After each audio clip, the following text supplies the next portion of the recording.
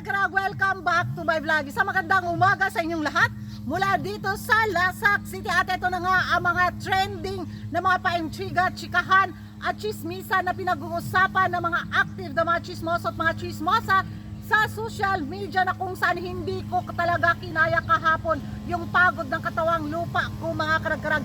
Kita nyo naman sa ating menopausal fashion distraction look para kong reyna dito sa palayan, o diba?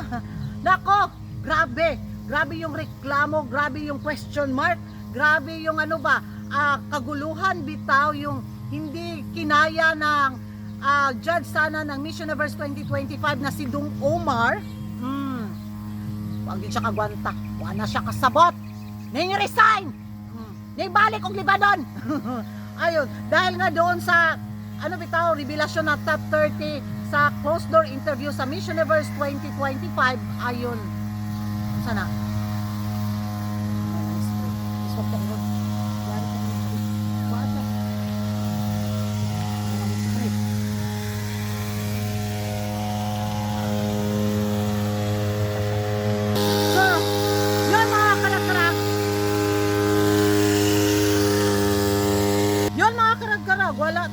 wala jud kasabot si Dung Omar sa mga patakaran bitaw sa mga kaganapan sa pagpili ng top 30 sa Miss Universe 2025.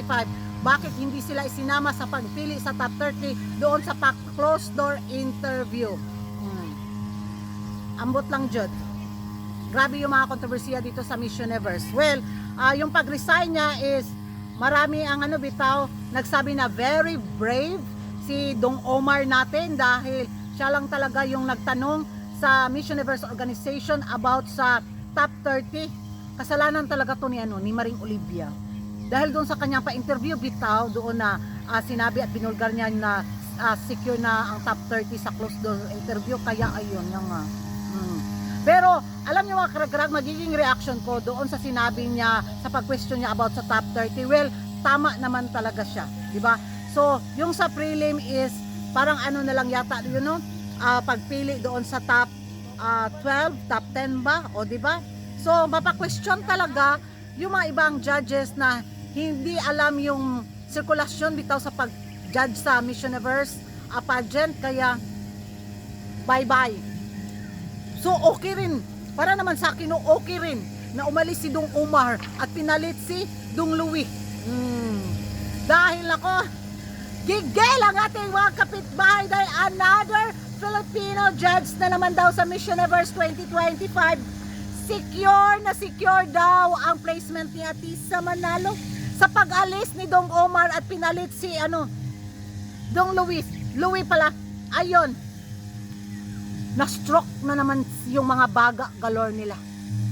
Nanggalaiti na naman sila.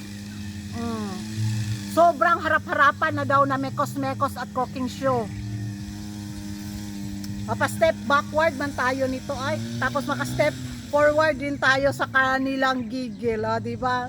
Yung mga taga-Latinos bitaw, nanggigigil din sila bakit may pinasok na taga-pins na judge. Wow! So kayo lang talaga mga taga-Tacos Area of Responsibility may karapatan na maging judge sa sa Miss Universe 2025. So kayo lang talaga, puro na lang Latino ang maging judges. So dalawang Asia lang bitaw ang napili, tapos pangatlo si ang sa pins. Okay na yun, oy. Okay na yun. Grabe naman sila. Mas-stroke sila kung mas-stroke nila. Nakakagigil. Cooking show agad. Pero pag Latina at Latino ang judge, walang cooking show. Pag may taga-Pilipinas na judges, cooking show, mikos-mikos. Dahil takot sila. Very takot talaga sila na makapasok ang pinsa top 5 at top 3. At makauwi ulit ng corona. Ay, pastilan.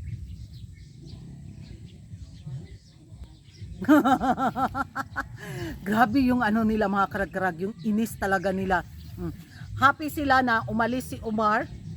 Akala kasi nila yung ipapalit is another taga-Tacos Area of Responsibility. But sad to say, iba ang niluto ni Paring Raul na judge. Pinalit ang taga-pins. Kaya, atras, nanggagalaiti sila ng todo. Gusto nilang sugurin bitaw ang taga-pins. Dahil ayaw na ayaw talaga nila na makapasok si Atisa Manalo. Anong magagawa nila? Kung nakatadhana talaga ni Atisa Makamnalo na makapasok sa highest placement, wala silang magawa. Atakihin kayo sa high blood hanggat sa gusto ninyo. Dahil lalaban at lalaban ang taga-Pins. Kung may reklamo kayo sa pagpasok ng isang judge sa Pins sa Miss Universe 2025, kay Raul kayo magreklamo.